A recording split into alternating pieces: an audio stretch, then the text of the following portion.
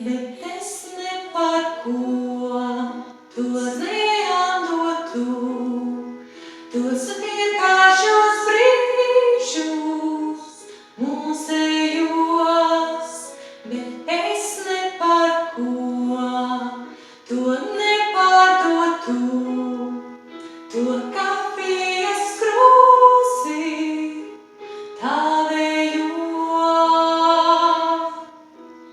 Tā jau ilgi stāv te plauktā, tā jau ilgi atpūšas, tā jau ilgi gaida tādus brīžus, vienkāršus un nesteidzīgus, pierastus un nesaltīgus.